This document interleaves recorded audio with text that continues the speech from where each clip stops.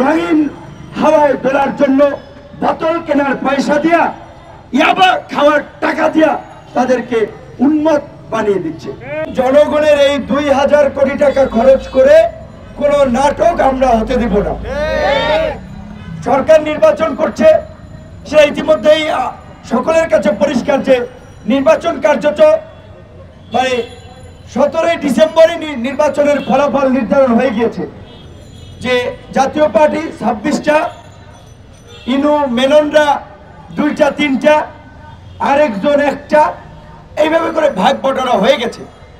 তো কাজী তাহলে এখন তো জনগণের এই 2000 কোটি টাকা খরচ করে ইউনো, ওসি, ডিসি, এসপি সবাইকে দিয়ে এই অপকর্ম করানোর তো কোনো সরকারের দরকার নাই।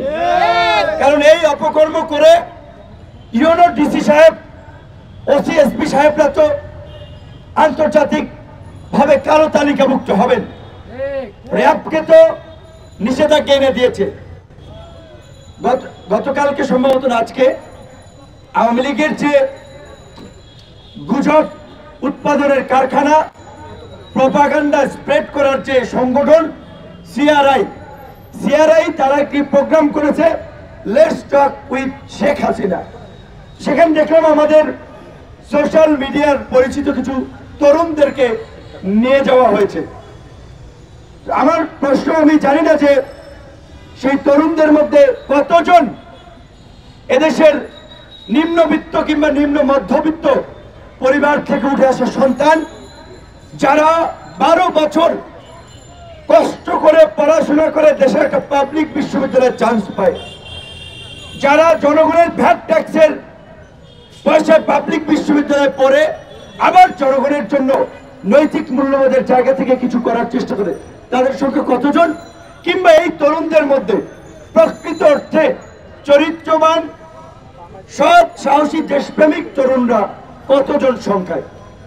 কারণ সিআরআই থেকে কিংবা আওয়ামী লীগ থেকে যদি একজনের 5 লাখ টাকা দেওয়া হয়, তথ্য প্রযুক্তি মন্ত্রী জুনায়েদ আহমেদ পলক যদি আইসিটি মন্ত্রণালয়ের কনসার্টে কোনো তরুণকে ভাড়া করে নেয় যে তুমি শেখ হাসিনার উন্নয়নের গান গাবা, পার গানে 50,000, এই ধরনের দালালি করা তরুণদেরকে যদি নেয়, তার তো আমাদের কিছু করার নেই।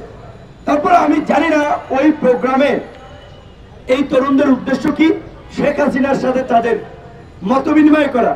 আমি জানি না এই তরুণরা কেউ জিজ্ঞেস করেছে কিনা, মাননীয় প্রধানমন্ত্রী আপনি ক্ষমতা আসার পরে ছাত্রলীগের অপকর্মের কারণে ছাত্রলীগের সাংগঠনিক নেতৃত্বের দায়িত্ব থেকে আপনি অব্যাহতি নিয়েছেন, তো আপনার ছাত্রলীগ কি ভালো হয়েছে কিনা? গত 15 বছরে ছাত্রলীগের বিরুদ্ধে যে অভিযোগ, শিক্ষা প্রতিষ্ঠানগুলোকে একটা মিনি ক্যান্টনমেন্টে পরিণত করা, দর্শক ছেলে পরিণত করা, এই ছাত্রলীগ থেকে শিক্ষা প্রতিষ্ঠানগুলোকে মুক্ত করার কথা আপনি ভাবছেন কিনা?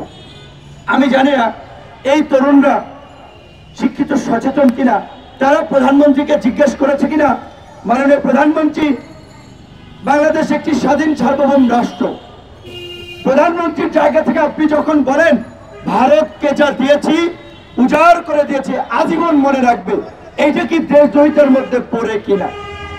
আমি জানি না এই তরুণরা প্রধানমন্ত্রীকে জিজ্ঞেস করেছে কিনা যে মাননীয় প্রধানমন্ত্রী আপনি তো বঙ্গবন্ধুর স্বপ্নের বাংলাদেশের কথা বলেন, তো বঙ্গবন্ধু রাষ্ট্রীয় 4টি মুখপত্র, 4টি পত্রিকা রেখে সমস্ত পত্রিকা ব্যান করেছিল, সমস্ত রাজনৈতিক দলগুলোকে বন্ধ বিলুপ্ত করেছিল, এমনকি আওয়ামী লীগকেও বিলুপ্ত করে বাকশাল করেছিল।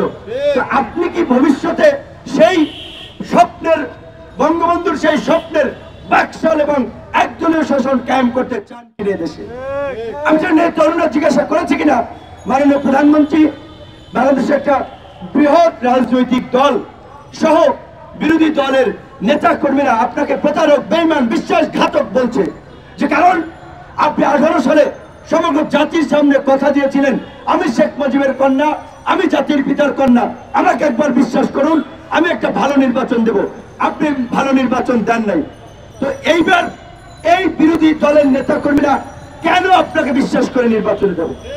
এই তরুণদের সেই ধরনের কোন বোধ শক্তি আছে কিনা আমি জানি না, নাকি রঙিন হাওয়ায় ক্ষমতায় তোলার জন্য বোতল কেনার পয়সা দিয়া, ইয়াবা খাওয়ার টাকা দিয়া তাদেরকে উন্মত্ত বানিয়ে দিচ্ছে। যে সমাজটাকে এইভাবে আজকে পচনের দ্বার প্রান্তে নিয়ে যাচ্ছে।